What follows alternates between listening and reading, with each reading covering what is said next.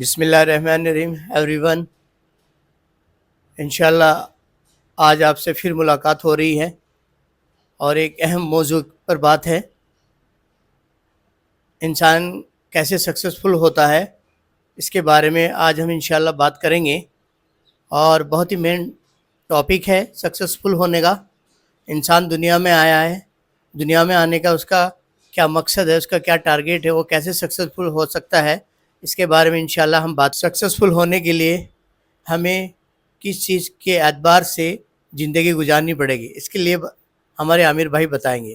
اللہ من الشیطان الرجیم، بسم اللہ الرحمن الرحیم، رب اشرح لی صدری ویسر لی امری واحلل عقدۃ من لسانی یفقہوا قولی۔ سکسس جو ہے سکسس جو لوگ سمجھتے ہیں اور جو لوگ کے دماغ میں سکسس بولتے وہ بولتے ہیں کہ جیسے رتبہ ہے، پیسہ ہے، اور کوئی بڑا زمیندار ہے، اور یہ ہے کہ اس کے بعد اسے بہت زیادہ شہرت ہے۔ لوگ یہ دماغ میں یہ بس یہ کہ ان سے سکسس ہے، لیکن اللہ نے جو قرآن کے اندر سکسس کو بتایا وہ الگ ہے۔ یعنی کہ سورہ عصر کے اندر اللہ نے کہا دیکھو یہ 4 چیزیں ہیں، اگر یہ 4 چیزیں کرو گے تو تم کامیاب ہو۔ سب سے پہلی چیز اللہ تعالیٰ نے کہا سورہ عصر کے اندر، اللہ نے کہا والعصر ان الانسان لفی خسر۔ اللہ نے زمانی قسم کہی، زمانی قسم کہ سبھی دنیا خسارے میں ہے، یعنی کہ جتنے بھی انسان زمین پر موجود ہے وہ سب خسارے میں ہے۔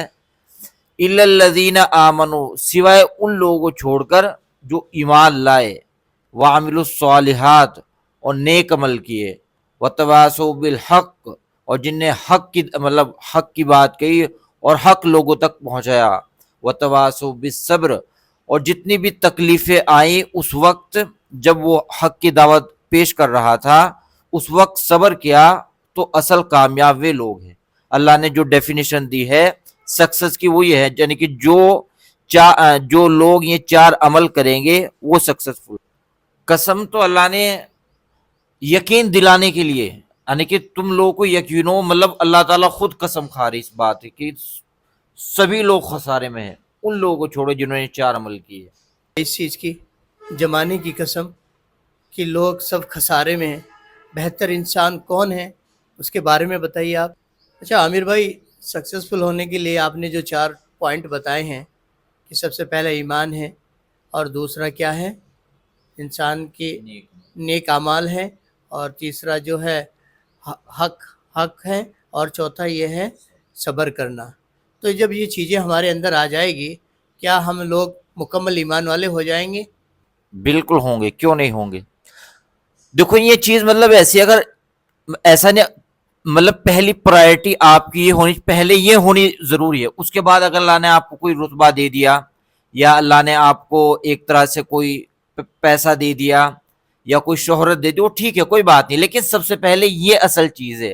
اگر یہ چیز ہے اور اس کے علاوہ اگر اور چیزیں مل جائے، اللہ نے آپ کو رتبہ دے دیا، پیسہ دے دیا، شہرت دے دی، تو ٹھیک ہے، اچھی بات ہے، لیکن اصل چیز ہے مین یہ چیز، کیونکہ اصل کامیابی اللہ نے جو بتائی وہ آخرت کی بتائی۔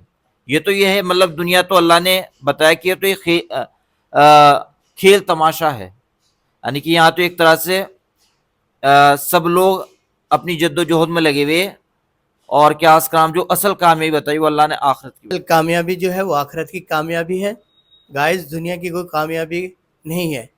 آج ہم دیکھ رہے ہیں کہ انسانوں کے اندر جو کیفیت پیدا ہو رہی ہے، وہ مال کے اعتبار سے ہو، چاہے اولاد کے اعتبار سے ہو، بزنس کے اعتبار سے ہو، تو اس کو ہی سکسیسفل سمجھ رہا ہے کہ انسان کے پاس جتنی ضرورتیں پڑ رہی ہے اور آ رہی ہے، جتنی چیزیں آ رہی ہیں اسی کے اعتبار سے زندگی گزار رہا ہے۔ لیکن اللہ تعالیٰ قسم کھا رہے ہیں، والعصر ان الانسان لفی خسر، سب لوگ خسارے میں، بہتر انسان وہ ہے جو ایمان لایا اور ایمان پر قائم رہا اور اپنی زندگی کو نبی پاک صلی اللہ علیہ وسلم کے طریقے پہ زندگی گزارنے والا بن گیا ہے۔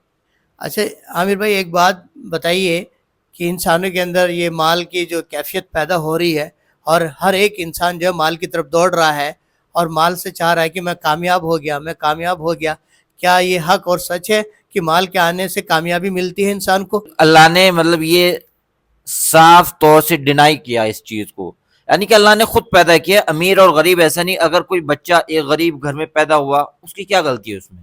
وہ تو مطلب ایک طرح سے اللہ نے اس کو اس پریوار میں ڈالا ہے.